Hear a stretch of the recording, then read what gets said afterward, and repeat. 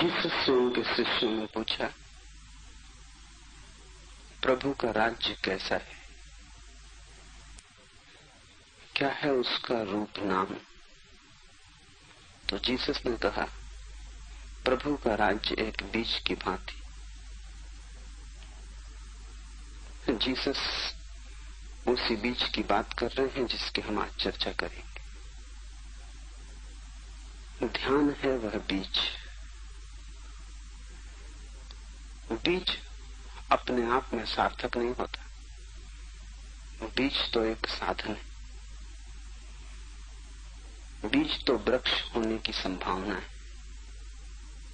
बीज कोई स्थिति नहीं, बीज तो यात्रा है। जैसे बीज वृक्ष तक पहुंच के सफल हो जाता है, क्योंकि फिर फल लगाते हैं, फूल लगाते हैं, वही सफलता है। ऐसे ही ध्यान का बीज जब वृक्ष बन जाता है और फल फूल लग जाते हैं, वही परमात्मा है। तो बीज की स्थिति को ठीक से समझ लेना जरूरी है। तुम परमात्मा के संबंध में तो निरंतर पूछते हो, वो पूछताछ बेकार है, क्योंकि वृक्ष की क्या पूछताछ करना जब बीज ही न संभाला। और बिना बीज को बोए तुम वृक्ष को देख भी कैसे सकोगे? परमात्मा कोई वाह्य घटना नहीं कि तुम उसे देख लो। वो तुम्हारी परिष्कृत स्थिति, वो तुम्हारा ही विकास है। तुम दूसरे के परमात्मा को न देख सकोगे। तुम्हारे भीतर छिपा हुआ जब बीज टूटेगा और वृक्ष बनेगा, तभी तुम उसे देख सकोगे। बुद्ध, महावीर, कृष्ण, शिव, वे लाख उपाय करें तो भी तुम्हें परमात्मा को दिखा नहीं सकते, क्योंकि तुम्हारा परमात्मा तुम्हारे भीतर छिपा है। और अभी बीज है, वृक्ष नहीं बना। बीज में कुछ भी दिखाई नहीं पड़ता। जब बीज फूटेगा, विकसित होगा, तुम प्रकट होगे, खिलोगे, तुम्हारा दिया जलेगा, तभी तुम जानोगे कि परमात्मा। इसलिए नास्तिक को हराना बहुत मुश्किल है। वस्तुतः नास्तिक को कोई कभी नहीं हरा पाया। इसका कारण ये नहीं कि नास्तिक सही, इसका कारण यह है कि वो गलत ही प्रश्न पूछ रहा है। जो भी जवाब दिए जाएंगे वो व्यर्थ होंगे। वो पूछता है, ईश्वर को दिखाओ, कहां है ईश्वर? ईश्वर तुम में छिपा है, ईश्वर पूछने वाले में छिपा है, और दूसरे का ईश्वर नहीं दिखाया जा सकता। वो आंतरिक घटना है। जब तुम्हारा बीज टूटेगा तभी तुम जान पाओगे। अभी तुम बीज की भांति हो, लेकिन तुमने इससे समझा नहीं। तुम बाहर खोज रहे हो, और जब तक तुम बाहर खोजते रहोगे तुम्हारा बीज भीतर ही पड़ा रहेगा, अंकुरित न होगा।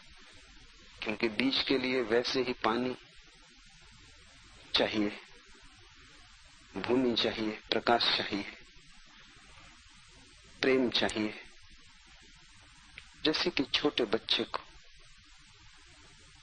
जब तुम भीतर आंख मोड़ोगे, जब तुम्हारा ध्यान भीतर बरसेगा और तुम्हारी जीवन ऊर्जा भीतर की तरफ मुड़ेगी, तभी बीज को प्राण मिलेंगे, तभी बीज जीवंत होगा, अंकुरित होगा। ध्यान बीज है। मेरे पास लोग आते हैं, वे पूछते हैं, अशांति है, कैसे शांत हो जाएं? एक दिन सुबह सुबह मुल्ला नसरुद्दीन आया। उसे देख के ही मैं कुछ कहने को था, लेकिन मैं कुछ करूं उसके पहले ही उसने सवाल किया। उसने कहा, अब मेरी सहायता आपको करनी ही पड़ेगी। मैंने पूछा, क्या है समस्या? उसने कहा, बड़ी जटिल समस्या है। दिन में कोई 10, 20, 25 बार, कभी और भी ज्यादा स्नान करने की बड़ी तीव्र आकांक्षा पैदा होती। मैं पागल हुआ जा रहा हूं, बस यही धुन सवार रहती, कुछ मेरी सहायता करो। मैंने पूछा कि स्नान तुमने किया कब से? उसने कहा, जब तक मुझे याद आता है। मैं स्नान की झंझट में कभी पड़ा ही नहीं। स्नान न करोगे और स्नान करने की आकांक्षा पकड़ेगी। तो समस्या स्नान नहीं है, समस्या तुम।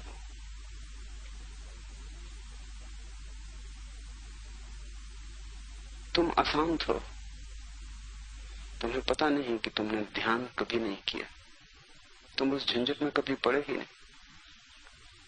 और अशांति तुम मिटाना चाहते हो, और ध्यान के स्नान के बिना वो कभी ना मिटेगी, वो तलफ। ध्यान भीतर का स्नान है। जैसे शरीर ताजा हो जाता है स्नान के बाद, धूल कूड़ा करकट शरीर से बह जाता है, स्वच्छता आ जाती। ऐसे ही ध्यान भीतर का अंतरात्मा का स्नान। और भीतर जब सब ताजा हो जाता तब कैसी अशांति, तब कैसा दुख, कैसी चिंता। तब तुम पुलकित होते हो, प्रफुल्लित होते हो, तुम्हारे पैरों में घूंघर बंध जाते, तुम्हारा जीवन एक नृत्य हो जाता। उसके पहले तुम उदास हो, थके हो, परेशान हो, और तुम सोचते हो कि तुम्हारी अशांति के कारण बाहर है, तो तुम भ्रांति में हो। तुम्हारी अशांति का एक ही कारण है कि ध्यान के बीज को तुमने वृक्ष नहीं बनाया। तुम 1000 उपाय करोगे, धन मिल जाए तो अशांति ठीक हो जाएगी, पुत्र हो जाए, यश मिल जाए, कीर्ति मिल जाए, अच्छा स्वास्थ्य हो, शरीर हो, लंबी उम्र हो, सब कुछ हो जाएगा, लेकिन अशांति न मिटेगी। वस्तुतः तो जितनी ये चीजें तुम्हें मिल जाएंगी उतनी ही तुम पाओगे कि अशांति और भी सघन होकर दिखाई पड़ने लगी। गरीब आदमी कम अशांत होता है, अमीर ज्यादा अशांत हो जाता है। अमीरी से अशांति क्यों बढ़ जाती? बढ़ती नहीं, होता तो गरीब भी अशांत है, लेकिन शरीर की ही भूख, शरीर की क्षुधा को निपटाने में इतनी ऊर्जा चली जाती कि अपने भीतर की अशांति को देखने योग्य शक्ति भी नहीं बचती। अमीर की बाहर की जरूरतें पूरी हो जाती तो सारी शक्ति बचती और भीतर की जरूरत ख्याल में आती। गरीब भी उतना ही अशांत है, लेकिन अशांति को जानने की सुविधा नहीं है। अमीर को अशांति कांटे की तरह चुभने लगती, वही वही दिखाई पड़ती।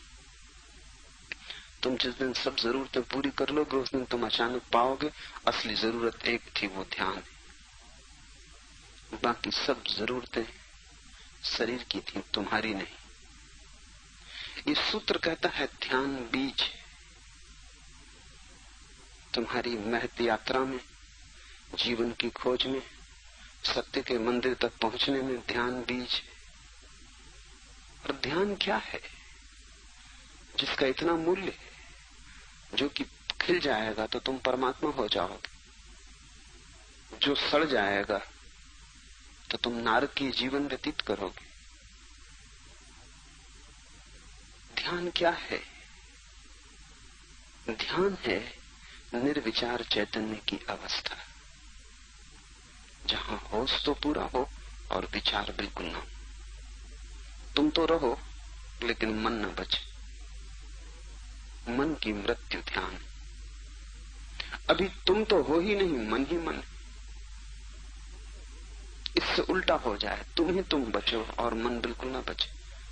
अभी सारी ऊर्जा मन पिए जा रहा है। अभी जितनी भी तुम्हारी जीवन की शक्ति है वो मन चूस लेता है। तुमने अमरबेल देखी, वृक्षों को पकड़ लेती, फिर वृक्ष सूखने लगता है और बेल जीने लगती और बेल फैलने लगती। और बेल बड़ी मजेदार है, वो ठीक मन जैसी है, उसमें कोई जड़ें भी नहीं, उसकी कोई जड़ नहीं, क्योंकि उसे जड़ की जरूरत ही नहीं है, वो दूसरे के शोषण से जीती है। वृक्ष को सुखाने लगती है, खुद जीने लगती है। और ठीक हिंदुओं ने उसे अच्छा नाम दिया, अमरबेल। वो मरती नहीं, जब तक भी उसे शोषण मिलता रहेगा वो अनंत काल तक जी सकती।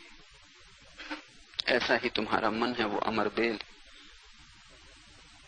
वो मरता नहीं, वो अनंत काल तक जी सकता है, जन्मों जन्मों तक तुम्हारा पीछा करेगा।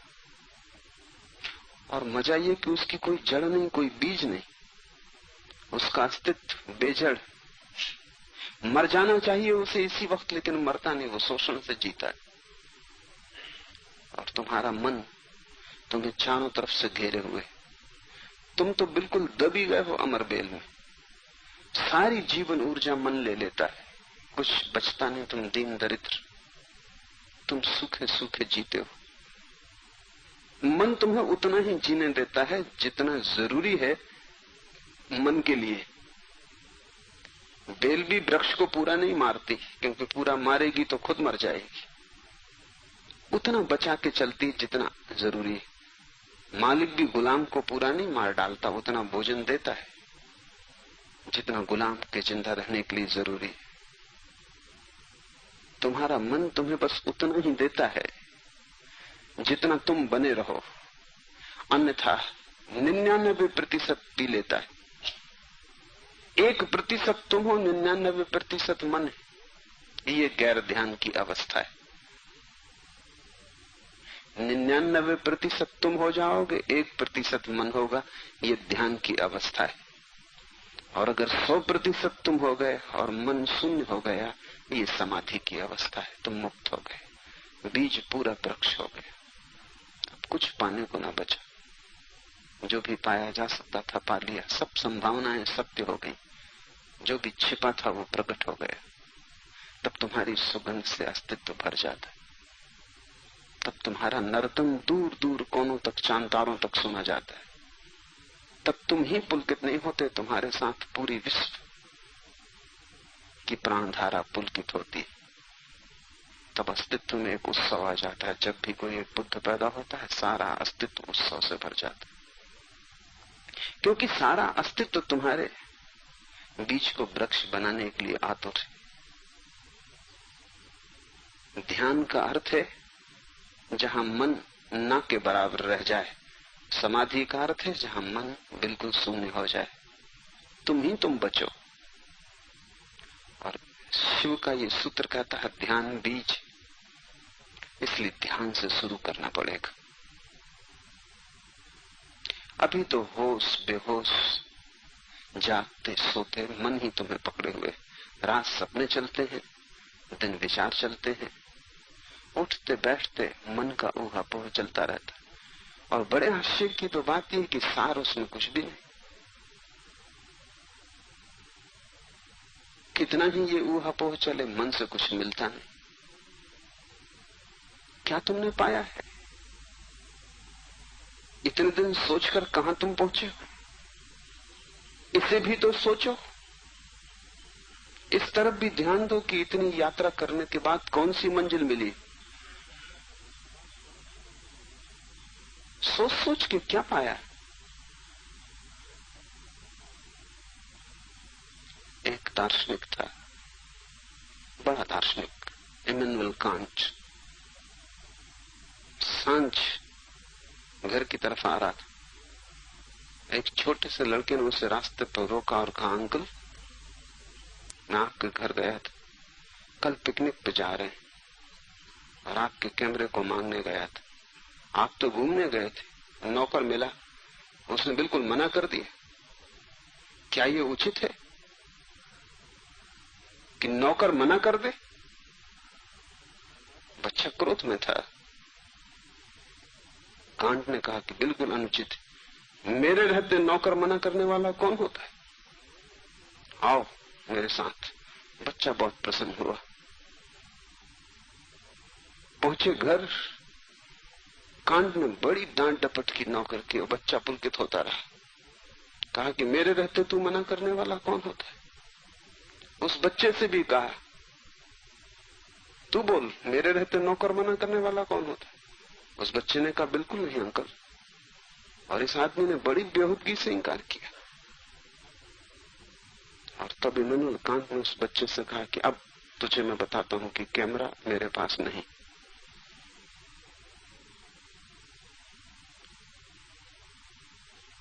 ये सारी खुशी बच्चे की, ये सारी पुलक, ये मिलने की आशा, सब शोरगुल, और आखिर में पता चलता है कि कैमरा उसके पास नहीं।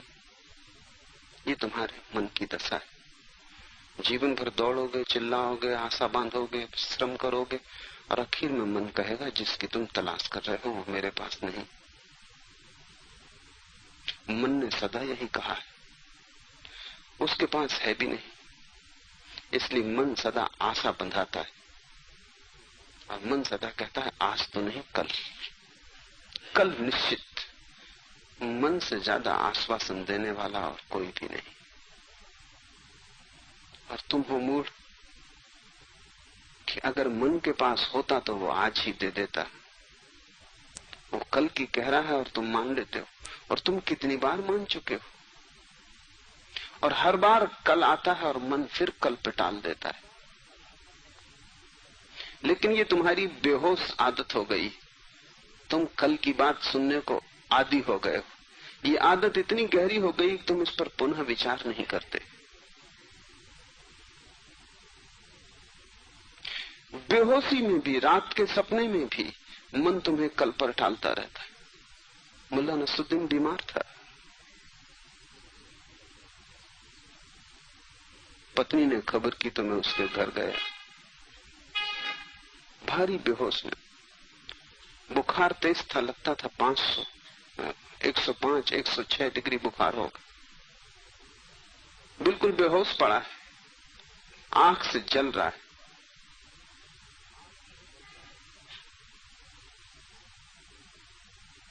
मैंने पूछा कब से ये दशा है? पत्नी ने कहा अभी कोई घड़ी भर से।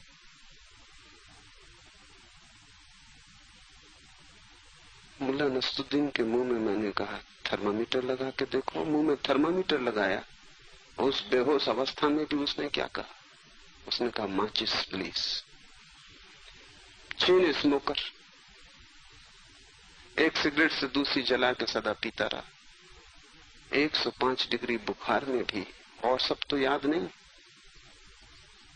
कोई सुध नहीं, लेकिन मुंह में थर्मामीटर डालते से उसे याद सिगरेट की आती।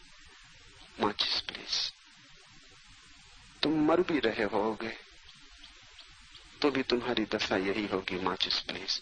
तुम्हारा मन पुरानी आदत के अनुसार अपनी बेहोशी में भी ताने बाने बुनता रहता है। मरते क्षण भी तुम मन से ही भरे रहोगे। तुम पूजा करो, प्रार्थना करो, तुम मंदिर जाओ, तीर्थ यात्रा करो, मन तुम्हारे साथ है। और जहां भी मन तुम्हारे साथ है वहां धर्म से तुम्हारा संबंध न छोड़ेगा। मुसलमान फकीर हुआ हाजी मोहम्मद, साधु पुरुष था। एक रात उसने सपना देखा कि वो मर गया है और एक चौराहे पे खड़ा है, जहां से एक रास्ता स्वर्ग को जाता है, एक नरक को। एक रास्ता पृथ्वी को आता है, एक मोक्ष को। चौराहे पर एक देवदूत खड़ा है, एक फरिश्ता, और वह हर आदमी को उसके कर्मों के अनुसार रास्ते पर भेज रहा है।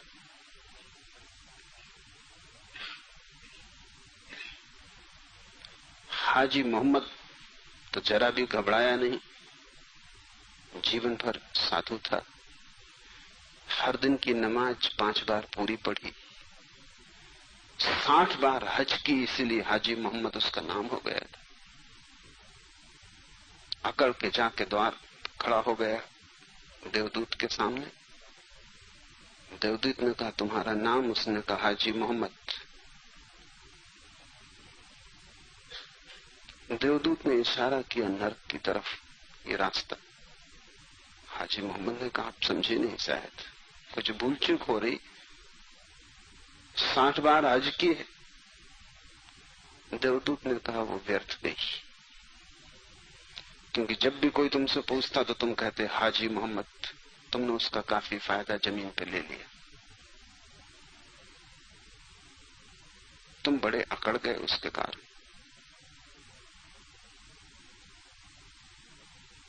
कुछ और किया है? हाजी मोहम्मद के पैर थोड़े डगमगा गए। जब 60 बार की हज व्यर्थ हो गई तो अब आशा टूटने लगी। उसने कहा रोज 5 बार की नमाज पूरी पढ़ता था। उस देवदूत ने कहा वो भी व्यर्थ गई, क्योंकि जब कोई देखने वाला होता था तुम जरा थोड़ी देर तक नमाज पढ़ते थे, जब कोई भी ना होता था तुम जल्दी खत्म कर देते थे। तुम्हारी नजर परमात्मा पे नहीं थी, देखने वालों पे थी। एक बार तुम्हारे घर कुछ लोग बाहर से आए हुए थे, तो तुम बड़ी देर तक नमाज पढ़ते रहे। वो नमाज छूटी थी। ध्यान में परमात्मा न था, वे लोग थे कि लोग देख रहे हैं तो जरा ज्यादा नमाज, ताकि पता चल जाए कि मैं धार्मिक आदमी हूं, हाजी मोहम्मद। वो बेकार गई, कुछ और किया है। अब तो हाजी मोहम्मद घबरा गया और घबराहट में उसकी नींद टूट गई। सपने के साथ जिंदगी बदल गई। उस दिन से उसने अपने नाम के साथ हाजी बोलना बंद कर दिया। नमाज छिप के पढ़ने लगा, किसी को पता भी ना हो। गांव में खबर भी पहुंच गई कि हाजी मोहम्मद अब धार्मिक नहीं रहा। कहते हैं नमाज तक बंद कर दी, बुढ़ापे में सठिया गया। लेकिन उसने इसका कोई खंडन न किया। वो चोरी छिपे नमाज पढ़ता, वो नमाज सार्थक होने लगी। कहते हैं मर के हाजी मोहम्मद स्वर्ग गया। तुम्हारा मन प्रार्थना भी करेगा तो भी प्रार्थना न होने देगा। तुम्हारा मन प्रार्थना से भी अहंकार को भरने लगेगा। अपने ध्यान की चर्चा मत करना, उसे छिपाना, उसे संभालना। जैसे कोई बहुमूल्य हीरा मिल गया हो और उसे तुम छिपाते हो, उछालते नहीं फिरते। संपदा को तुम गड़ा देते हो, ऐसे ही तुम ध्यान को गड़ा देना। उसकी तुम चर्चा मत करना, उससे अहंकार मत भरने लगना। अन्यथा मन की बेल वहां भी पहुंच गई और वो चूस लेगी। और जहां मन पहुंच जाता है वहां धर्म नहीं, और जहां मन नहीं पहुंचता वहां धर्म। मन बहिर्मुखी, उसका ध्यान दूसरे पे होता, अपने पे नहीं होता। ध्यान अंतर्मुखता है। ध्यान का अर्थ है अपने पे ध्यान, दूसरे पर नहीं। मन का अर्थ है दूसरे पर ध्यान। ध्यान करो, तुम अगर 2 पैसे गरीब को देते भी हो तो तुम देखते हो कि लोग देखते या नहीं। तुम मंदिर बनाते हो तो बड़ा पत्थर लगाते हो अपने नाम का। तुम दान करते हो तो अखबार में खबर छपवाते हो। सब व्यर्थ हो जाता है। हाजी मोहम्मद होकर तुम पहुंच ना पाओगे। तुमने कितने उपवास किए, कितने व्रत किए, इस सब की फेहरिस्त संभाल के मत रखना। परमात्मा की दुनिया कोई दुकानदार की दुनिया नहीं। वहां हिसाब नहीं काम आता। वहां तुम हिसाब लेके गए कि वहां तुम हारोगे। हिसाब संसार में काम आता है। लेकिन तुम देखो, जैन मुनि हर वर्ष छपवाते हैं कि इस बार उन्होंने कितने उपवास किए। ये तो वर्षा काल में कितने दिन भूखे रहे, कितने व्रत नियम लिए, वो हिसाब रख रहे। ये दुकानदार ही हैं जो मंदिरों में बैठ गए। इनकी बुद्धि से गणित का छुटकारा नहीं हुआ और इनका ध्यान, इनका उपवास सब व्यर्थ जा रहा है। ये हाजी मोहम्मद हुए जा रहे। नहीं, तुम बाहर की चिंता मत करना कि दूसरे लोग तुम्हें धार्मिक समझते हैं या नहीं। दूसरे लोग क्या कहते हैं ये बात विचारनी ही नहीं, क्योंकि दूसरे लोगों से तुम्हारे मन का संबंध है, तुम्हारा जरा भी नहीं। जिस दिन मन समाप्त हो जाएगा उस दिन तुम असंग हो जाओगे। मन ही दूसरों से तुम्हें जोड़े हुए, और जब तक मन तुम्हें संसार से जोड़े हुए तब तक तुम परमात्मा से टूटे रहोगे। जिस दिन तुम संसार से टूट जाओगे, मन खो जाएगा, उसी दिन परमात्मा से जुड़ जाओगे। इधर हुए असंग, वहां हुआ संग। यहां टूटा नाता, वहां जोड़ा नाता। यहां से हुई आंख बंद, वहां खुली। ध्यान बीज है और ध्यान का अर्थ है निर्विचार चैतन्य। दूसरा सूत्र है आसनस्थ व्यक्ति सहज ही चिदात्म सरोवर में निमज्जित हो जाता है। ये सूत्र बड़ा क्रांतिकारी, सरल भी कठिन भी। आसनस्थ हुआ व्यक्ति चिदात्म सरोवर में निमंचित हो जाता है, डूब जाता है। जापान में ज़ेन फकीरों की परंपरा है। उनसे तुम पूछो कि ध्यान के लिए क्या करें, तो वो कहते हैं कुछ ना करो, बस बैठ जाओ। ध्यान रखना, जब वो कहते हैं कुछ ना करो तो उनका मतलब है कुछ भी ना करना, बस बैठ जाना। बस इतना ही करना कि बैठ गए, और कुछ भी मत करना, क्योंकि तुमने कुछ किया कि मन आया। बात सरल लगती है पर बड़ी कठिन है। यही तो मुसीबत है कि बैठना मुश्किल है। आंख बंद की, काम शुरू हुआ, दौड़ शुरू हुई, शरीर बैठा हुआ दिखाई पड़ता है, मन भाग रहा है।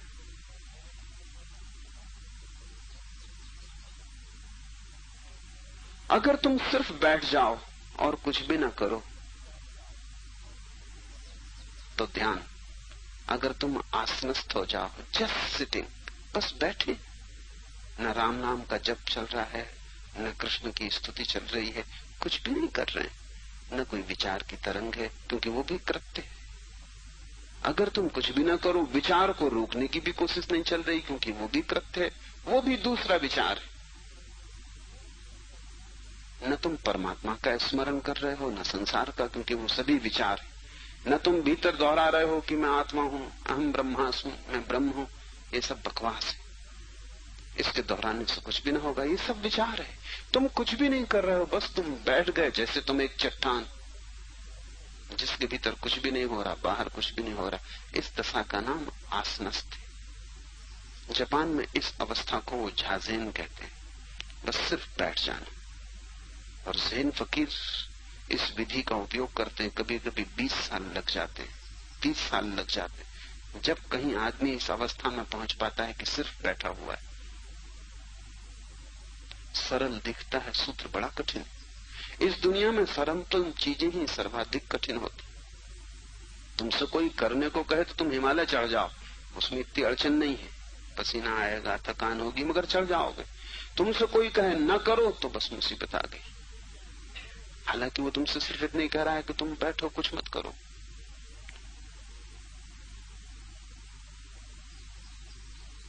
अगर तुम चुपचाप बैठे रहो, क्या होगा? पहले तो जैसे ही तुम बैठोगे, तुम पाओगे शरीर में अनेक स्थानों पर गति शुरू होती। कहीं पैर में लगता है कि सुइयां चुभ रही, कहीं शरीर के किसी कोने में लगता है खुजलाहट आ रही, कहीं लगता है कमर में दर्द हो रहा है, कहीं लगता है गर्दन में पीड़ा हो रही। और एक क्षण पहले तक ये कुछ भी नहीं हो रहा था, तुम बिल्कुल ठीक थे। अचानक सब तरफ शरीर बगावत कर रहा है। वो कह रहा है कुछ करो, न कुछ बने तो खुजलाओ, लेकिन कुछ करो।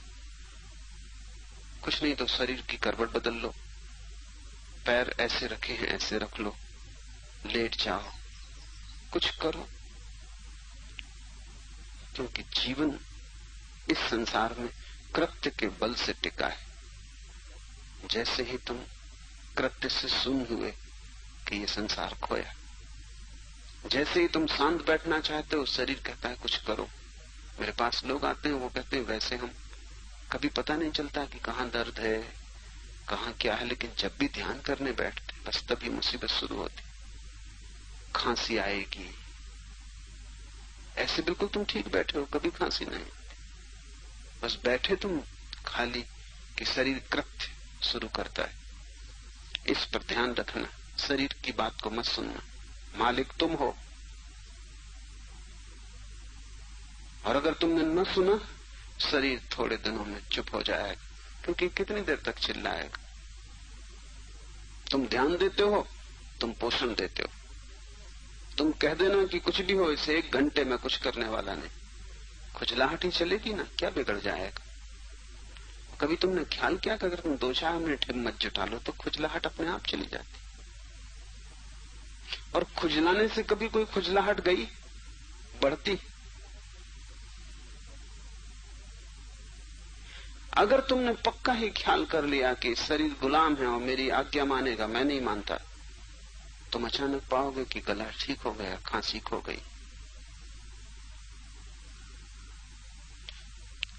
तुम्हें थोड़े दिन मालकियत घोषणा करनी पड़ेगी, क्योंकि इस गुलाम को तुमने बहुत दिन तक मालिक बनाया है, इसलिए उसकी मालकियत छीनती है तो वो बाधा डालता है। वो तुम्हें बुलाता है कि ये नहीं चलने देंगे, सिंहासन पर मैं हूं। 1 घंटे अगर तुमने खाली बैठने का तय किया तो क्या हर्जा हो जाएगा? पैर खुजलाता रहेगा, खुजलाने दो, कोई प्राण नहीं निकले जाते, खुजलाहट ही चल रही है।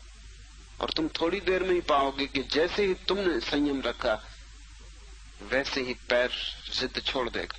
वो जिद तो सिर्फ तरकीब थी, वो तो तुम्हें झुकाने के लिए थी। तुम सुनते तो दूसरी जगह खुजलाहट चलती, तुम नहीं सुनोगे, जहां खुजलाहट चलती थी वो शांत हो जाएगी। खाली घर हो तो भिखमंगा थोड़ी देर चिल्ला के चला जाता है, लेकिन तुमने अगर इतना भी कहा कि दूसरे घर जा, यहां कोई नहीं, तो फिर वो खड़ा रहता। तुमने प्रतिक्रिया की, तुमने प्रत्युत्तर दिया,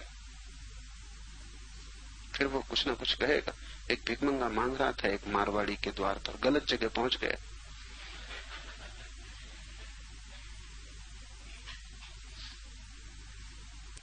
उसने कहा 2 रोटी मिल जाएं।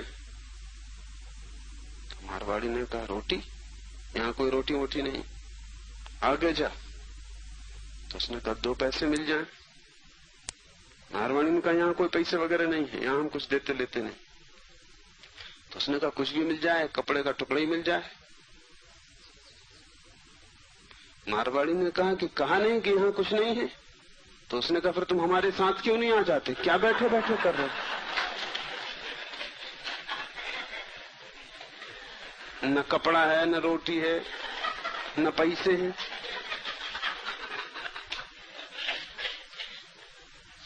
तो हम साथ ही साथ मांगेंगे। तुमने उत्तर दिया कि तुम फंसे। तुमने उत्तर दिया, उसका मतलब तुम हो और तुम राजी हो। कम से कम प्रतिक्रिया कर रहे हो, ये पर्याप्त है। शरीर में खुजलाहट उठे, तुम देखते रहना, कोई उत्तर मत देना। तुम थोड़ी देर में हैरान होगे, खुजलाहट गई। दर्द उठे, देखते रहना, दर्द भी चला जाएगा। कोई 6 महीने लगते शरीर को आसनस्थ करने में। कोई भी आसन चुन लेना जो सुखासन हो, जिसमें तुम देर तक बैठ सको। कोई उल्टा सीधा आसन मत चुन लेना जिसकी वजह से अकारण अड़चन हो, इसलिए सुखासन, आराम से बैठ सको। कोई शरीर को कष्ट नहीं देना है जानकर कि कंकड़ पत्थर रख के उस पर बैठ जाना, कि कांटे बिछा लेना।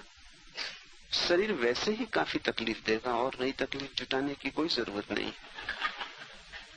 सुखासन से बैठ जाना। लेकिन बैठ गए और 1 घंटे बैठने का तय किया तो फिर 1 घंटे शरीर की मत सुनना। तुम चकित होगे, थोड़े ही दिन में, 3 सप्ताह के भीतर तुम चकित होगे। अगर तुमने हिम्मत रखी और तुम न झुके, शरीर आवाज देना बंद कर देगा। और जब शरीर आवाज देना बंद कर दे, तब तुम मन की तरफ ध्यान देना। मन की तरफ ध्यान ही मत देना। अभी मन के साथ उलझना ठीक नहीं, पहले शरीर को शांत हो जाने का। जिस दिन तुम पाओ कि अब शरीर कोई उपद्रव खड़ा नहीं करता, वो बैठने को राजी हो गया, आधी यात्रा पूरी हो गई, आधी से भी ज्यादा पूरी हो गई, क्योंकि मन भी शरीर का ही हिस्सा है। अगर पूरा शरीर बैठने को राजी हो गया, अब ये हिस्सा ज्यादा देर बगावत नहीं कर सकता।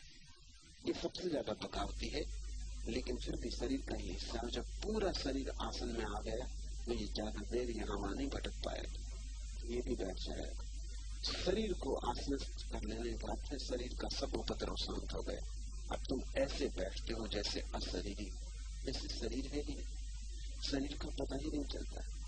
तुम बैठे, अब तुम मन पर ध्यान देना। और मन की भी प्रक्रिया वही है कि मन कुछ भी कहे सुनना मत, कोई प्रतिक्रिया मत करना। मन में विचार चले तुम ऐसे देखना जैसे तुम तटस्थ हो, जैसे तुम्हारा कोई लेना देना नहीं, जैसे ये विचार किसी और के मन में चल रहे, बहुत दूर है तुमसे, जैसे रास्ते पर शोरगुल चल रहा है, जैसे आकाश में बादल चल रहे हैं। कुछ तुम्हारा लेना देना नहीं, उपेक्षा से तुम देखते रहो। पहले शरीर को शांत हो जाने देना, फिर धीरे धीरे शरीर कोई 3 सप्ताह लेगा, मन कोई अंदाजन 3 महीने लेगा, तुम ज्यादा हो सकता है। कैसी प्रकार का तुम्हारे इस पर निर्भर होगा, लेकिन करीब 6 महीने के भीतर तुम पाओगे कि आसमान के सामने न शरीर कुछ क्रिया करता है, न मन कोई क्रिया करता है। मन से लड़ना मत, दबाने की कोशिश मत करना कि नहीं विचार मत करो, क्योंकि ध्यान रखना ये भी विचार है। इतना विचार भी तुमने अगर सहारा दिया तो मन जारी रहेगा। मन न मालूम कितने उपद्रव खड़े करेगा। तुम लड़ना भी मत, क्योंकि लड़ने का मतलब है तुम राजी हो गए प्रतिक्रिया करने का, तुम उपेक्षा न कर पाए। उपेक्षा सूत्र तुम देखते रहना, तुम कुछ कहना ही मत। मुश्किल होगी, क्योंकि पुरानी आदतें, सदा की आदतें, उसके साथ प्रतिक्रिया करने की, बातचीत करने की, उत्तर देने की। धीरे धीरे तुम सिर्फ देखते देखते देखते एक दिन उस घड़ी में आ जाओगे जब तुम सिर्फ बैठे, कुछ भी नहीं हो रहा, न शरीर में कोई गति है न मन में कोई गति है। जिस दिन शरीर और मन की दोनों गति शांत हो जाए, उस अवस्था का नाम आसन। आसन का अर्थ कोई बड़े योगासन साधने का नहीं, लेकिन अगर तुम योगासन करते हो तो तुम्हें सहायता मिलेगी, क्योंकि बैठने में उतनी देर तक बैठने की क्षमता बढ़ेगी। लेकिन कोई जरूरत नहीं है, कोई अनिवार्यता नहीं है। तुम अगर सिर्फ बैठना ही शुरू कर दो और सिर्फ बैठना ही सीख जाओ तो परम आसन वही है। कोई जरूरत नहीं कि तुम जमीन पर ही बैठो, तुम कुर्सी पर बैठ सकते हो। एक ही बात ध्यान रखना कि जिस अवस्था में बैठो बस फिर उसी अवस्था में बैठे रहे। सुख से बैठ जाओ, ताकि शरीर को ये भी कहने को न बचे कि तुम नाक मुझे दुखते रहे। सुख से बैठ जाओ, सब तरफ से व्यवस्था कर लो सुख की। ठंड है तो कंबल डाल लो, गर्मी है तो पंखा लगा लो, सब सुख की व्यवस्था कर दो। शरीर को अकारण कष्ट देने में रस मत लेना, क्योंकि वो दुष्टता है। और चाहे तुम अपने शरीर को सताओ, चाहे दूसरे को शरीर को सताओ, दोनों हिंसा है, और हिंसा से कोई को भी परमात्मा तक नहीं पहुंचता। ये शरीर भी उसी का है, इसे भी कष्ट देने की कोई जरूरत नहीं। सब तरह से सुख की व्यवस्था कर लेना, फिर लेकिन एक बार बैठ गए फिर शरीर कुछ भी कहे तो मत सुनना, फिर बैठे रहे और मन के साथ उपेक्षा कर।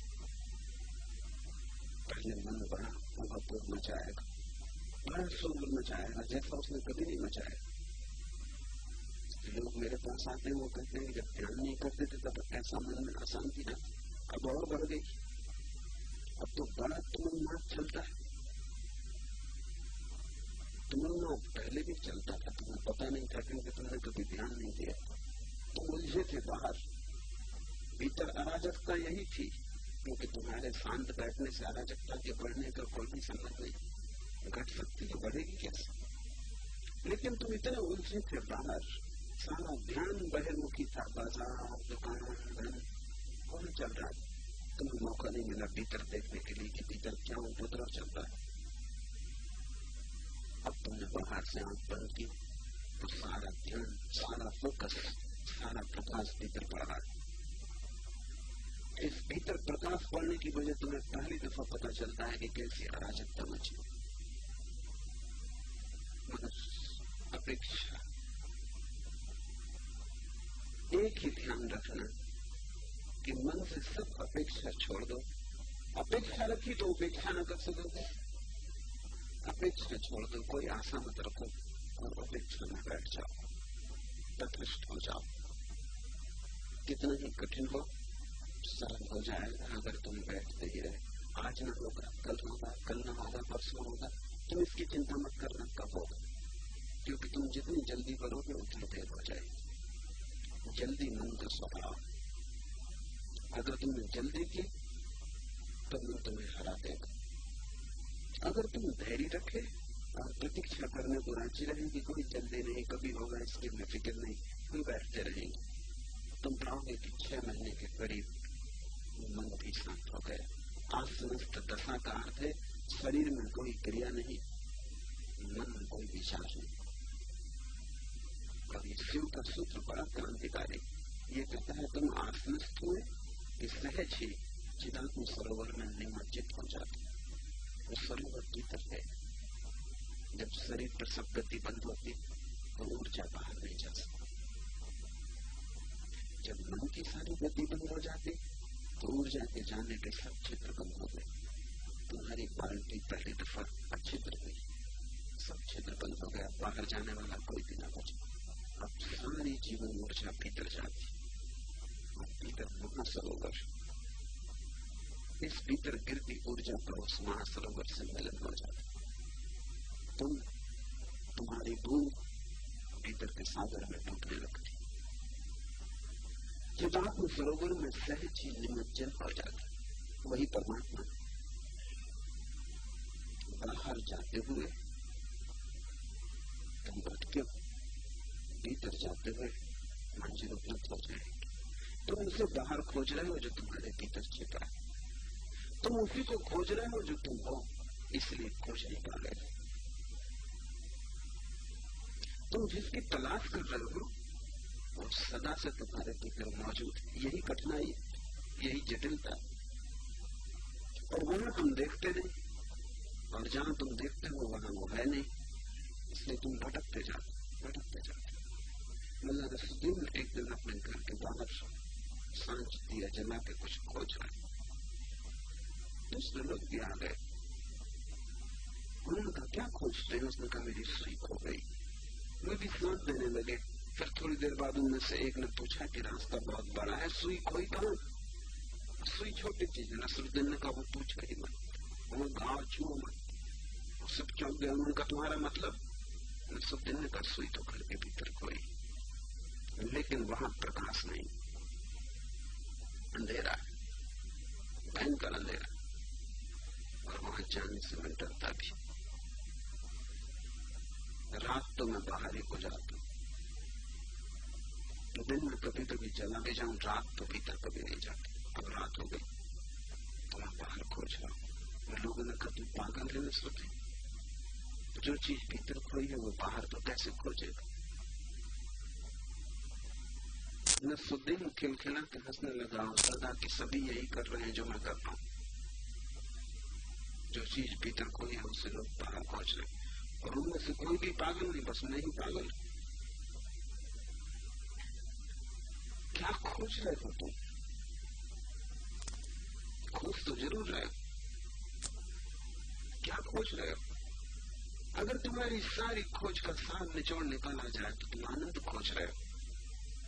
कोई धन खोज रहा होगा लेकिन उससे भी आनंद खोज रहा है, कोई प्रेम खोज रहा होगा लेकिन उससे आनंद खोज रहा है, कोई यश कीर्ति खोज रहा होगा लेकिन उससे आनंद खोज रहा है। तुम्हारी खोज के नाम कितने ही अलग अलग हों, भीतर छिपा हुआ एक ही सूत्र है, वो आनंद। तुम आनंद खोज रहे हो।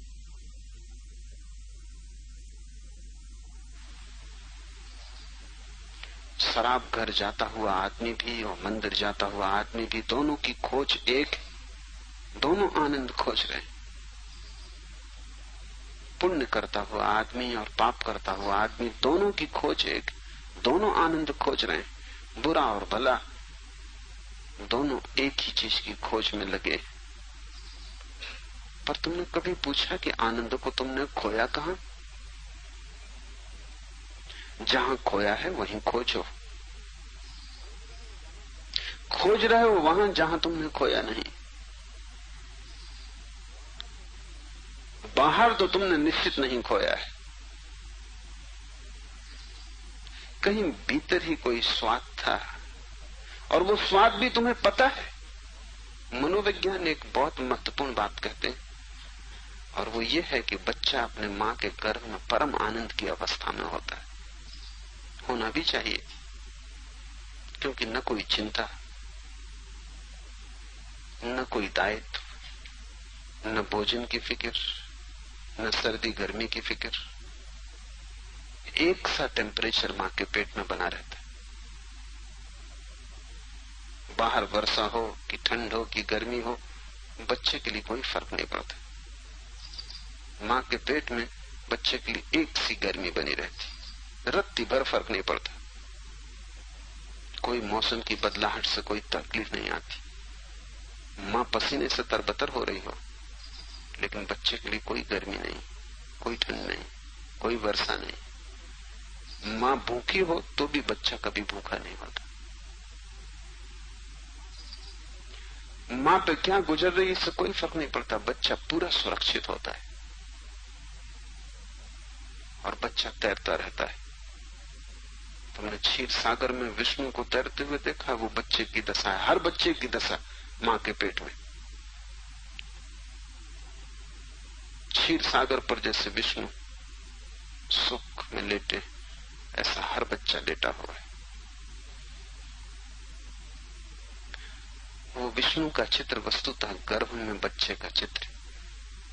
नाभि से फूल खिला हुआ है, उस बच्चे की नाभि से मां से जुड़ा हुआ है बच्चा, वहीं से जीवन का सारा स्रोत है। और सागर में जैसा जल है, ठीक वैसा ही जल मां के पेट में होता है। ठीक उसी अनुपात में नमक होता है मां के पेट में, जिस अनुपात में सागर में होता है। इसलिए मां को जब बच्चा होता है तब वो नमकीन चीजें खाने को बहुत उत्सुक हो जाती है, क्योंकि शरीर का सारा नमक पेट खींच लेता है। इसलिए मिट्टी तक खाने लगती अगर उसमें जरा भी नमक का स्वाद आ रहा हो। उसके सारे शरीर का नमक गर्भ में चला गया।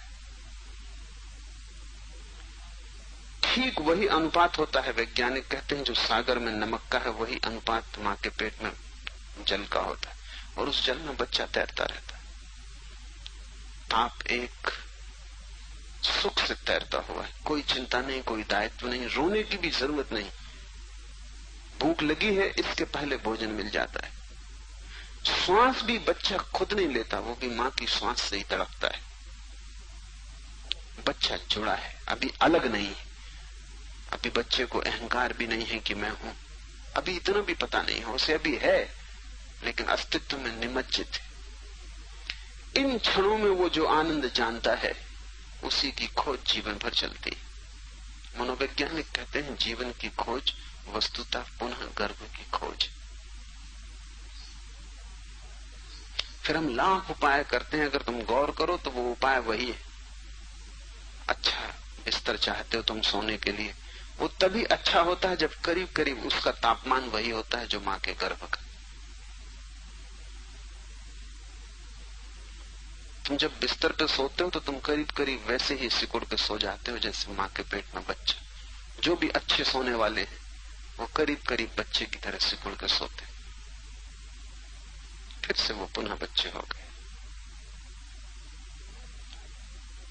तुम्हारी सारी चेष्टा यही है कि कोई दायित्व न रह जाए, कोई चिंता न रहे।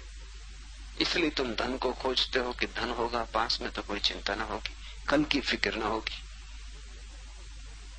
तुम मित्र खोजते हो, चारों तरफ प्रेम खोजते हो, ताकि उन सब का गर्व बन जाए और तुम उनके बीच में सुरक्षित हो जाओ। अकेले में तुम्हें डर लगता है, क्योंकि चारों तरफ अनजान अपरिचित शत्रु। मित्रों के बीच तुम्हें अच्छा लगता है। अपना एक तुम घर बना लेते हो, घर में एक दुनिया बना लेते हो। अगर उसको बहुत गौर से देखो तो वो तुमने फिर से गर्भ निर्मित कर लिया, जिसमें अपने चारों तरफ दीवार बना रहे, तुम उसके भीतर सुरक्षित हो। बच्चा आनंद की कोई अनुभूति बचपन में ले लेता है मां के पेट में, हर बच्चा, और फिर जीवन भर उसी को खोजता है। इसलिए जब भी तुम्हें फिर कभी वैसा क्षण मिल जाता है, थोड़ी सी भी झलक मिल जाती, तब तुम खुश होते हो। तुम्हारी सब खुशियां उसी की झलक। मनोवैज्ञानिक कहते हैं कि मोक्ष की खोज वस्तुतः गर्भ की खोज।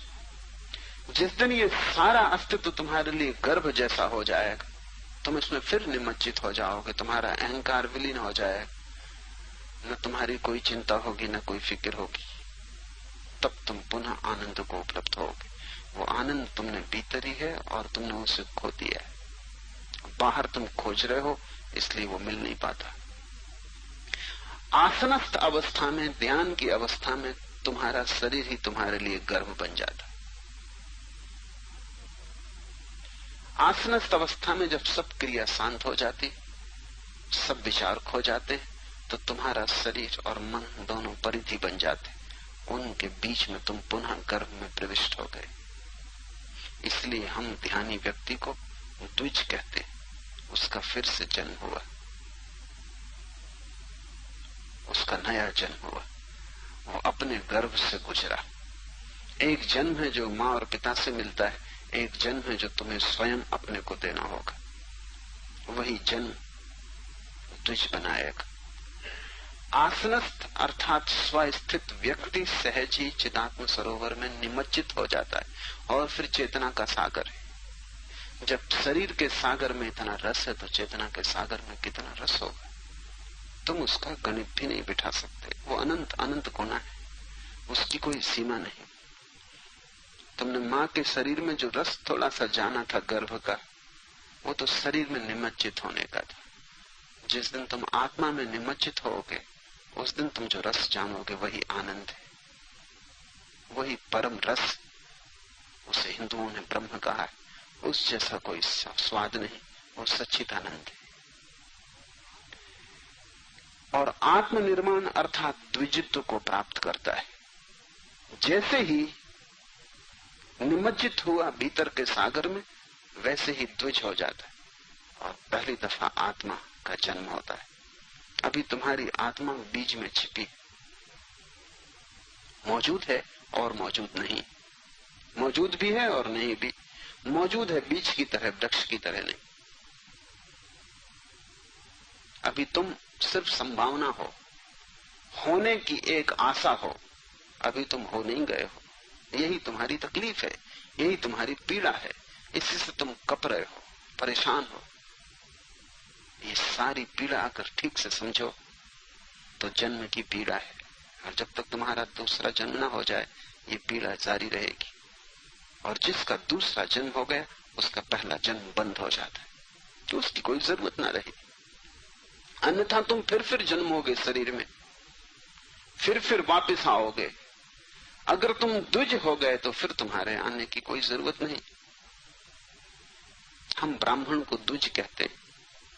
अच्छा हो हम द्विज को ब्राह्मण कहें, क्योंकि सभी ब्राह्मण द्विज नहीं, लेकिन सभी द्विज ब्राह्मण हैं। ब्राह्मण के घर में पैदा होने से कोई ब्राह्मण नहीं होता। जब तक ब्रह्म से पैदा ना हो तब तक कोई ब्राह्मण नहीं होता। जब तक निमज्जित ना हो जाए ब्रह्म में तब तक कोई ब्राह्मण नहीं होता। हिंदुओं का एक बहुत अनूठा सिद्धांत है। वो कहते हैं पैदा तो सभी शूद्र होते, उनमें से कुछ ब्राह्मणत्व को उपलब्ध हो जाते। पैदा सभी शूद्र होते हैं, चाहे कोई ब्राह्मण के घर में पैदा हो चाहे शूद्र के। जन्म से सभी शूद्र होते हैं। इसलिए ब्राह्मण के बच्चों को हम यज्ञोपवीत करते हैं। वो सिर्फ औपचारिक है। वो इस बात की खबर है कि अब तू शूद्र न रहा, अब ब्राह्मण हुआ। पैदा तो तू शूद्र ही हुआ था, अब तेरे गले में हमने जनेऊ डाल दिया, अब तू ब्राह्मण हुआ। इतना सस्ता नहीं है ब्राह्मण होना कि गले में आपने एक धागा डाल दिया कोई ब्राह्मण हो गए। ब्राह्मण होना इस जगत में सबसे कठिन प्रक्रिया है। वो आत्म निमज्जन से घटित होती। स्वयं को जन्म जो दे देता है वो द्विज, वो ट्वाइस बार उसका पुनर्जन्म हुआ। और अब वो स्वयं ही अपना पिता है और स्वयं ही अपनी माता है। अब दूसरे से पैदा नहीं हुआ, अब संसार से उसका संबंध टूट गया, अब ब्रह्म से उसका संबंध जुड़ गया। इस सूत्र कहता है ध्यान बीज, आसनस्थ जो हुआ, ध्यानस्थ जो हुआ, वो आत्मा में निमज्जित हो जाता है। इस निमज्जन से आत्मा का जन्म होता है, द्विजित्व को प्राप्त करता है। सस्ती बातों में मत पड़ना, यज्ञोपवीत को पकड़ के मत बैठे रहना। काश इतना सस्ता और आसान होता ब्राह्मण हो जाना, लेकिन हम हमेशा सस्ती तरकीबें निकाल लेते और मन को समझाने की कोशिश करते।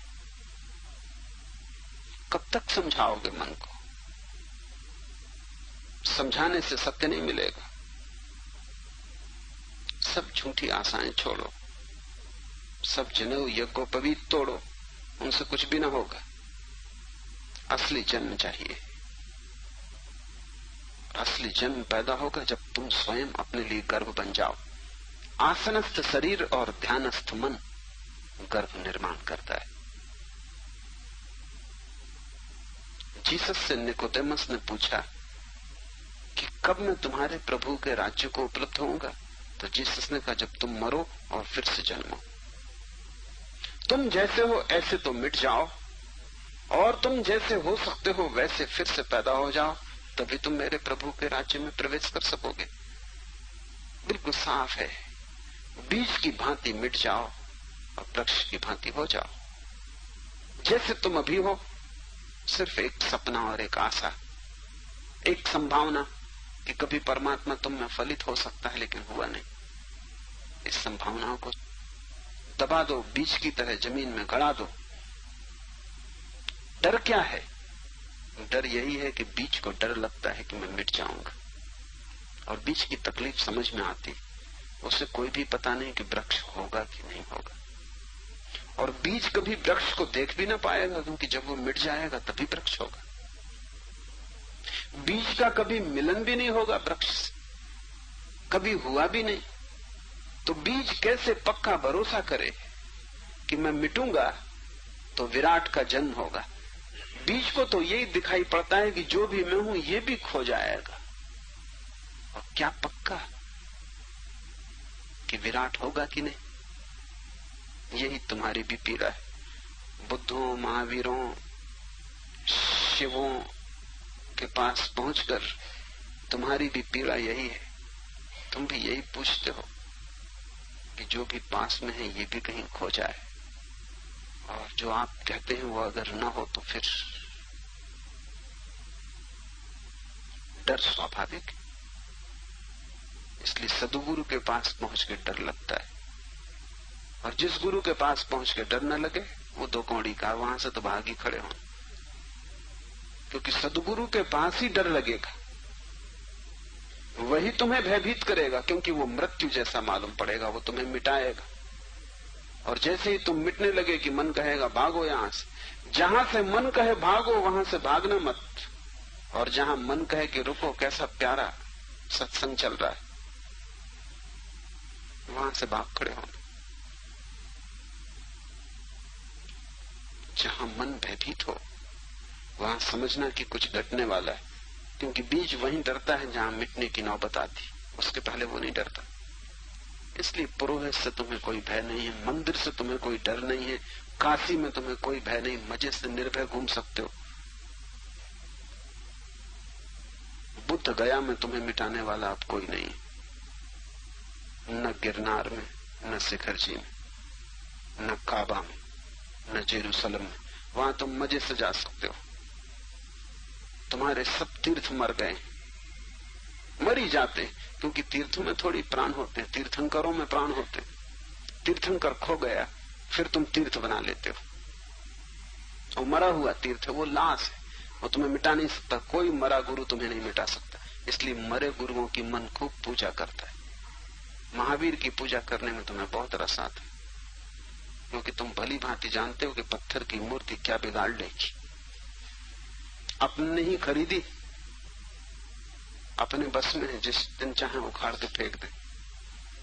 हिंदू बड़े होशियार, वो बना भी लेते हैं, इसलिए वो मिट्टी की बनाते, क्योंकि 2 सप्ताह 3 सप्ताह बाद जाके नदी में समाप्त भी कराते। एक बात पक्की, हम ही बनाने वाले, हम ही तुम्हें समाप्त करने वाले, तुम हमारा क्या बिगाड़ लोगे?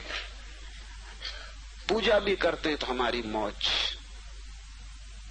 खेल तुम हमारे हो, और गुड्डे गुड्डी से ज्यादा तुम्हारा मूल्य नहीं है भी नहीं।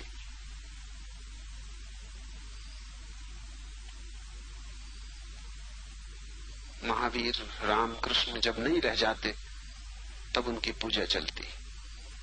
जब कोई व्यक्ति जिंदा होता है तब तुम उससे डरते हो।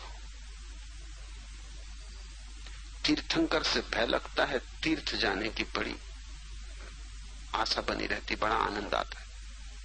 देखो तुम कुंभ के मेले में करोड़ों लोग इकट्ठे हो जाते। कभी महावीर और बुद्ध और कृष्ण के पास करोड़ों लोग इकट्ठे हुए? कभी नहीं। कुंभ तुम्हारे घर नहीं आता, तुम कुंभ पहुंच जाते हो। बुद्ध और महावीर तुम्हारे घरों पे भी दस्तक देते, तब भी दरवाजे बंद पाते। उनसे डर लगता है, क्योंकि ये आदमी खतरनाक है। ये कहता है बीज की तरह मिटो ताकि वृक्ष की तरह हो जाओ। इसीलिए आस्था और श्रद्धा का मूल्य। अगर तुम तर्क से चले तो तर्क यही कहेगा कि पहले तुम जो हो सकते हो उसका पक्का आश्वासन और गारंटी कर लो। ठीक भी कहता है तर्क।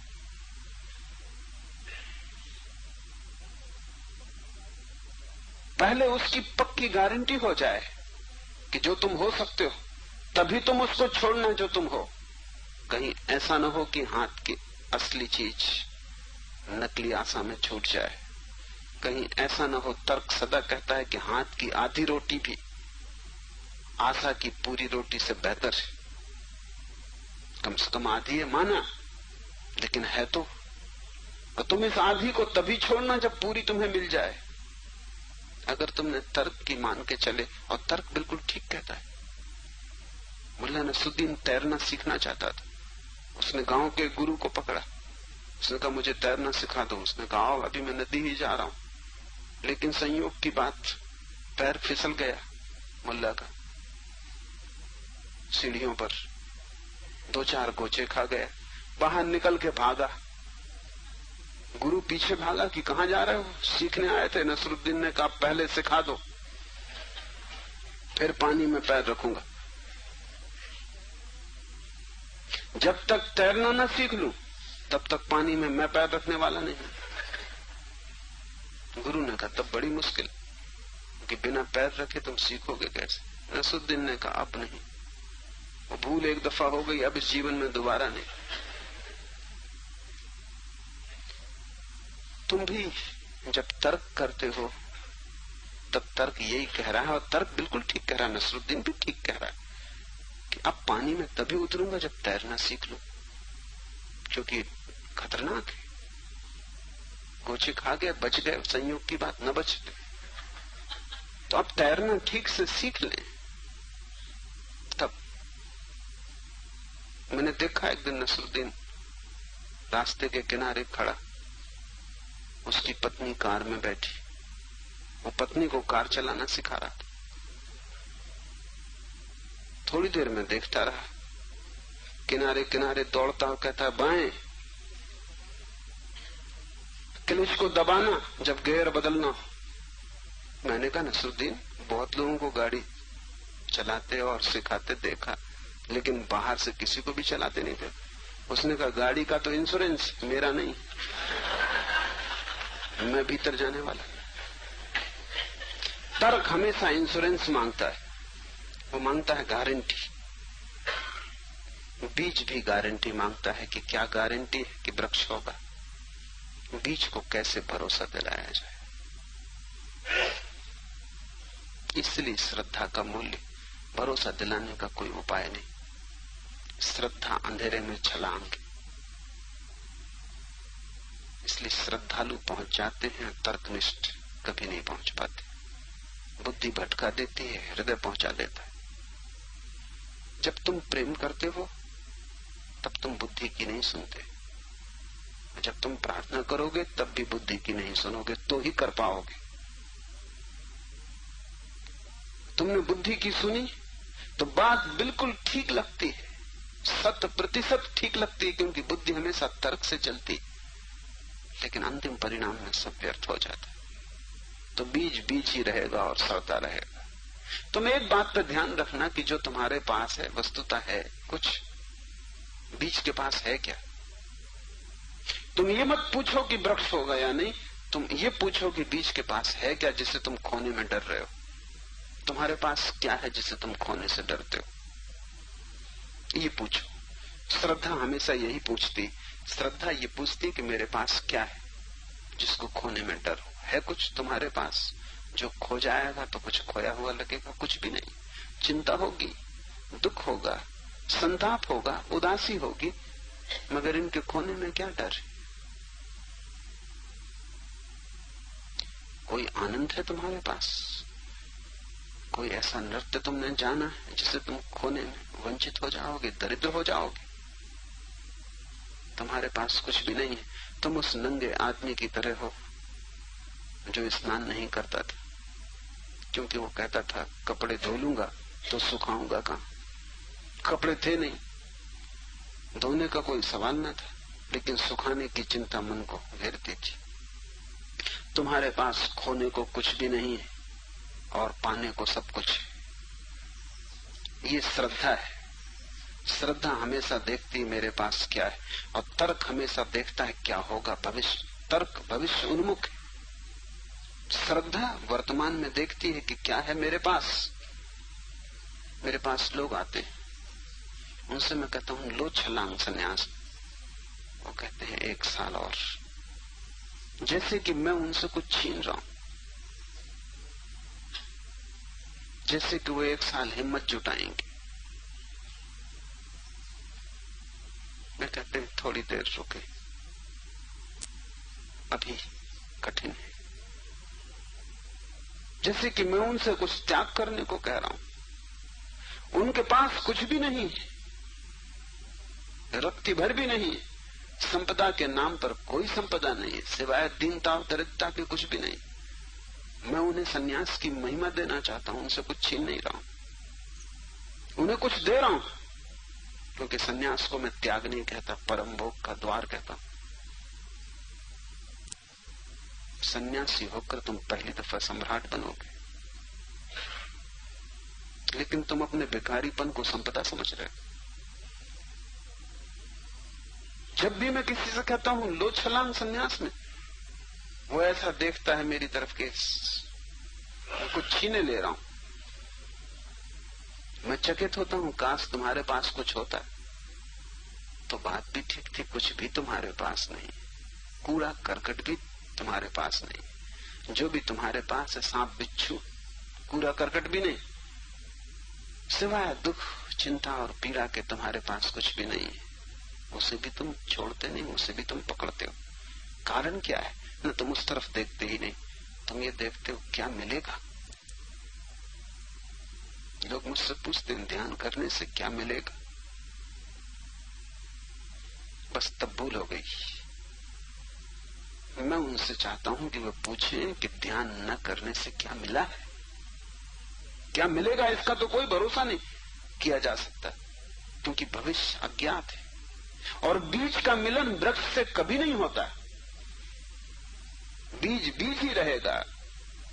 अब बीज को हम उसके भविष्य से कैसे मिला सकते हैं? बीज तो मिटेगा तो वृक्ष होगा, और जब वृक्ष हो जाएगा तब तक बीज ना रहेगा। हम उसको फिर दिखा भी ना पाएंगे कि देखो ये मिला। ये बड़ी मुसीबत है। कैसे तुम बीज को दिखा पाओगे कि ये मिला? जब तक तुम बीज हो तब तक तुम बीज हो, जब तुम वृक्ष होगे, दो का तो मिलना कभी होगा नहीं। अभी तुम मांगते हो भविष्य की गारंटी, किसको दी जाए? ये बीज तो बचेगा नहीं, तुम तो बचोगे नहीं। नहीं, श्रद्धालु पुरुष पूछता है क्या है मेरे पास, देखता है, पाता है कुछ भी नहीं। नंगा हूं, निचोड़ने से डर रहा हूं। ये बोध ही आ जाए कि मेरे पास कुछ नहीं है, फिर तुम अज्ञात की यात्रा पर निकलने पर तत्पर हो गए। खोने का कोई डर न रहा। कुछ मिलेगा तो ठीक, कुछ न मिलेगा तो भी ठीक, खोने का तो कोई भी डर नहीं। तुम जैसे हो इससे बदतर तो हो ही नहीं सकते, या तुम सोचते हो सकते हो। लोग हैं जो हमेशा इसी डर में रहते हैं कहीं इससे भी बदतर हालत ना हो जाए। मुल्ला नसरुद्दीन को तकिया था, तकिया कलाम था उसका कि इससे बुरा भी हो सकता था। वो जब भी कोई बात करता या कोई कुछ कहता तो वो ये कहता इससे भी बुरा हो सकता। लोग थक गए थे, ऐसी कोई बात ही नहीं थी जिसमें वो ये न कहे कि इससे भी बुरा हो सकता। आखिर एक दिन एक ऐसी घटना घट गई मोहल्ले में कि लोगों ने कहा कि अब इसको फंसा दो, अब ये न कह पाएगा तकिया कलाम। ऐसा हुआ कि मुल्ला नसरुद्दीन का पड़ोसी बाहर गया था और 2 दिन पहले लौट आया। अचानक घर पहुंच गया, पाया कि घर में एक अजनबी आदमी है, पत्नी उसके प्रेम में। उसने उठाई बंदूक और दोनों की हत्या कर दी। मुल्ला नसरुद्दीन सुबह निकला था घर से, पड़ोस के लोगों ने कह लिया कि नसरुद्दीन सुनो, अब तुम्हारे तकिए कलाम का कोई उपाय न रहा, दोनों मर गए। मुल्ला नसरुद्दीन ने कहा इससे भी बुरा हो सकता था। लोग चकित हुए, उन्होंने कहा इससे भी बुरा क्या हो सकता था। नसरुद्दीन ने कहा अगर वो एक दिन पहले लौट आया होता तो मैं मरा होता।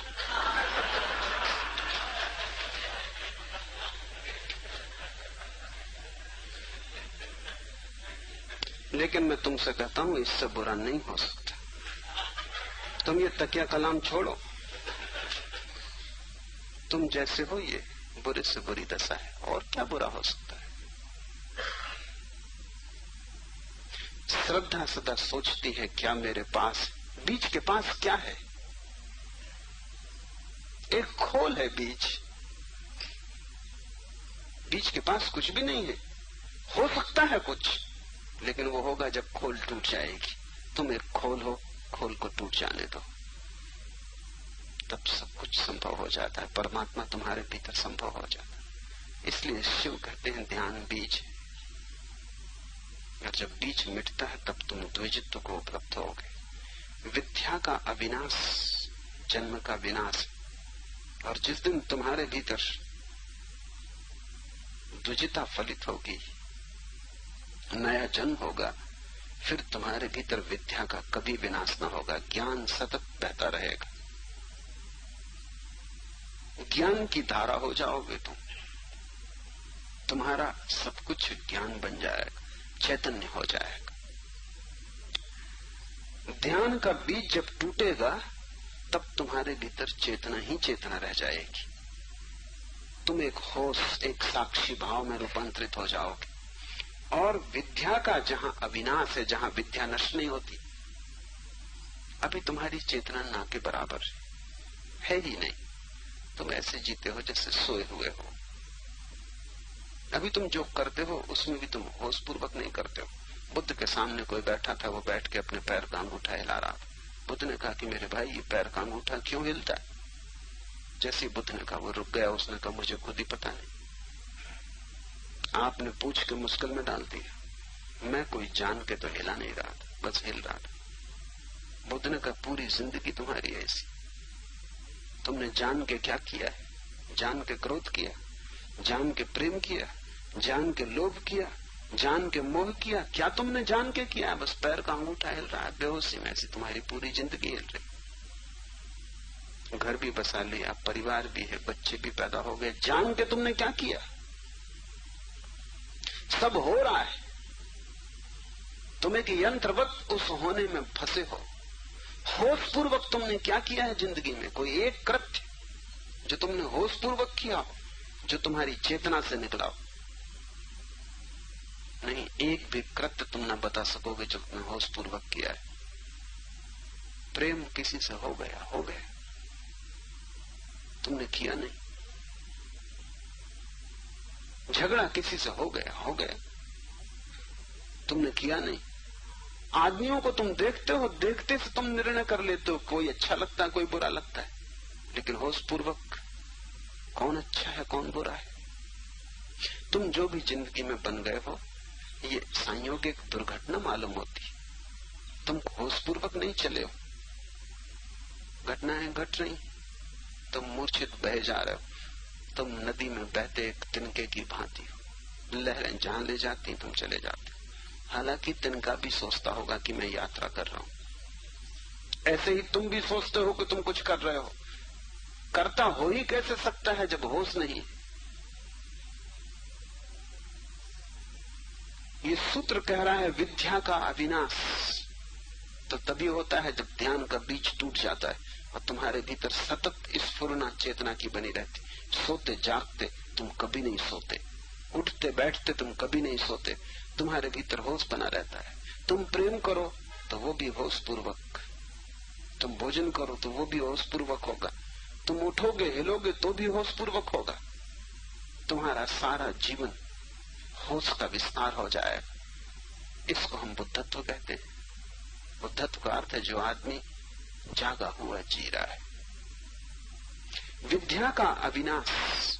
अब विद्या विनष्ट नहीं होती, अब ज्ञान कभी फीका नहीं पड़ता, अब भीतर की ज्योति कभी मंदी नहीं होती, चलती रहती, सतत एक सी अकंप। जब ऐसा घटित हो जाता है, ध्यान का बीज टूटकर जब अविनाशी विद्या बन जाती, सतत चैतन्य तुम्हारे भीतर चलने लगता है, तब जन्म का विनाश हो जाता है। फिर तुम्हारा कोई जन्म नहीं, फिर तुम शरीर में वापस ना आओगे। शरीर में तुम मूर्छा की तरह ही वापस आते हो। तुम सोए हो इसलिए बार बार शरीर में उतरते हो। शरीर में उतरना तुम्हारी बेहोशी के कारण। जिस दिन तुम्हारा होश सतत हो जाएगा, शरीर की यात्रा बंद हो जाएगी। तब तुम इस संकीर्ण शरीर में न उतरोगे, क्योंकि ये कारागृह है। होश पूर्वक कोई भी इसमें नहीं उतर सकता। ये एक बंधन है, ये जंजीरें हैं जो तुमने खुद अपने हाथ के चारों तरफ बांध ली। ये कैद है, गुलामी है। इसमें तुम जान के क्यों उतरना चाहोगे? बेजान के तुम उतरे हो, अंधेरे में भटक गए हो। जिस दिन तुम्हारी आंखें ज्योतिपूर्ण हो जाएंगी, शरीर में उतरना बंद हो जाए, फिर तुम कहां होगे? फिर तुम विराट अशरीर के हिस्से हो जाओ। उसे हम ब्रह्म कहते हैं, कोई परमात्मा कहता है, कोई निर्वाण, कोई मोक्ष। शब्द कोई भी दे, कोई अंतर नहीं पड़ता। धर्मों में शब्दों से ज्यादा और किसी चीज का भेद नहीं, और सभी शब्द सही हैं, क्योंकि सभी शब्द कोई एक गुण उस परम स्थिति का बताते हैं। निर्वाण का अर्थ है,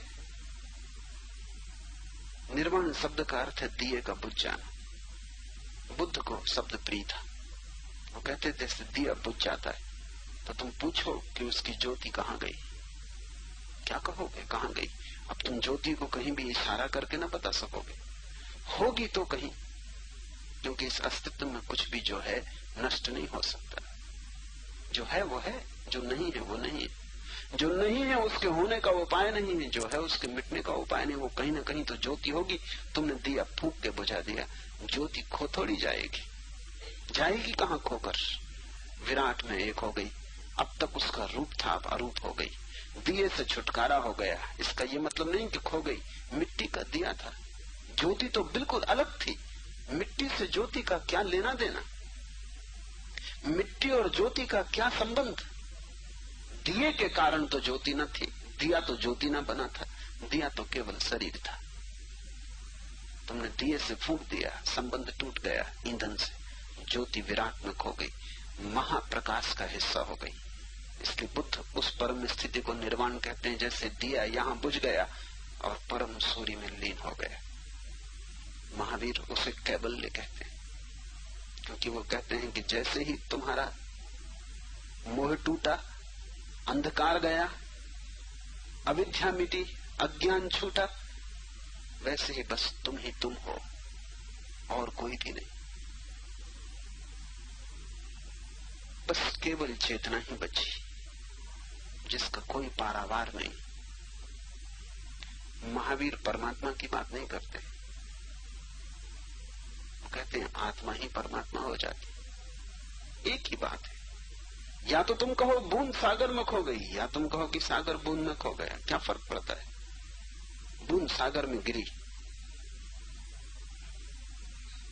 हिंदू कहते हैं बूंद सागर में खो गई, महावीर कहते हैं सागर बूंद में खो गया। एक ही बात है, कहने का ढंग है। महावीर को जो प्रिय है वो कहते हैं कैबल्य। बस तुम ही तुम बचे, कोई और ना बचा। सिर्फ शुद्ध चैतन्य बचा, केवल चेतना बची। हिंदू इसे मोक्ष कहते हैं, क्योंकि शरीर कारागृह है, तुम मुक्त हो गए। जीसस ने इसे प्रभु का राज्य कहा है, क्योंकि तुम दीन दरिद्र ना रहे, तुम सम्राट हो गए। शब्दों का भेद है, लेकिन मूल बात एक है। बीज टूटे तो तुम वृक्ष हो जाओ। हिम्मत जुटाओ। बड़ी हिम्मत की जरूरत है, इससे बड़ी दुनिया में कोई हिम्मत नहीं। धर्म से बड़ा कोई दुस्साहस नहीं। इसलिए तुम ऐसा मत सोचना कि कमजोर धार्मिक होते। कमजोर धार्मिक हो ही नहीं सकता, सिर्फ महाशक्तिशाली धार्मिक होते हैं। और जहां तुम्हें कमजोर दिखते हैं धार्मिक होते हुए, वहां धर्म नहीं। मंदिरों में मस्जिदों में घुटने टेके जिन्हें तुम देख रहे हो, वो धार्मिक नहीं, वो कमजोरी में घुटने टिके, वो सांसारिक ही। बड़े से बड़ा दुस्साहस धर्म है। क्या है दुस्साहस? बीच की छलांग, खुद को मिटाने की तैयारी, सिर्फ इस आशा में बिना किसी गारंटी के कि वृक्ष होगा। ज्ञात का विसर्जन अज्ञात के लिए, जो जाना माना है उसका छोड़ना उसके लिए जो अनजान और अपरिचित है। जो रास्ता पहचाना हुआ था सदा का, उसे छोड़कर विराट वन में भटक जाना, पगडंडी को चुन लेना, जिसकी कोई पहचान नहीं, जिसका कोई नक्शा नहीं। संसार को छोड़कर ब्रह्म की खोज पर जाना, नक्शे की दुनिया को छोड़कर नक्शा रहित दुनिया में प्रवेश। वहां कोई नक्शा नहीं जिसे तुम ले जा सको, कोई गाइड नहीं, कोई छपी हुई किताब काम न देगी। सब किताबें इसी संसार में छूट जाएंगी, क्योंकि सभी किताबें इसी संसार के हिस्से। गुरु भी वहां साथ न जाएगा, गुरु भी तुम्हें धक्का दे देगा और किनारे पर खड़ा रहेगा। आखिर जब कोई किसी को तैरना सिखाता तो क्या सिखाता है? वो धक्का दे देता है। तुम समझते हो कि गुरु खड़ा है इसलिए निर्भय होके घूम जाते। तैरना तुम्हारे भीतर है। पहले दिन तुम हाथ पैर तड़फड़ाते हो, वो भी तैरना है अकुशल। 2-4 दिन में तुम समझ जाते हो कि हाथ पैर कैसे फेंकना, वो तुम्हारे भीतर ही था। अगर हिम्मत होती तुम अकेले भी कूद सकते थे, मगर अकेले में जरा डर रहता। कोई किनारे पे खड़ा है, भरोसा है कि अगर डूबे, अगर कुछ खतरा हुआ तो कोई किनारे पे खड़ा। बस गुरु किनारे पे खड़ा है भरोसे के लिए, कुछ करेगा नहीं, कुछ करने को है नहीं। सब कुछ तुम्हारे भीतर छिपा है, तुम्हारे भीतर प्रकट होना है। पर गुरु की मौजूदगी भरोसा देती है कि कोई खतरा नहीं है, कोई तो मौजूद है। पुकारेंगे चिल्लाएंगे तो कोई सुन लेगा। और वो कहता है कि मैं मौजूद हूं, तुम बेफिक्री से कूद जाओ।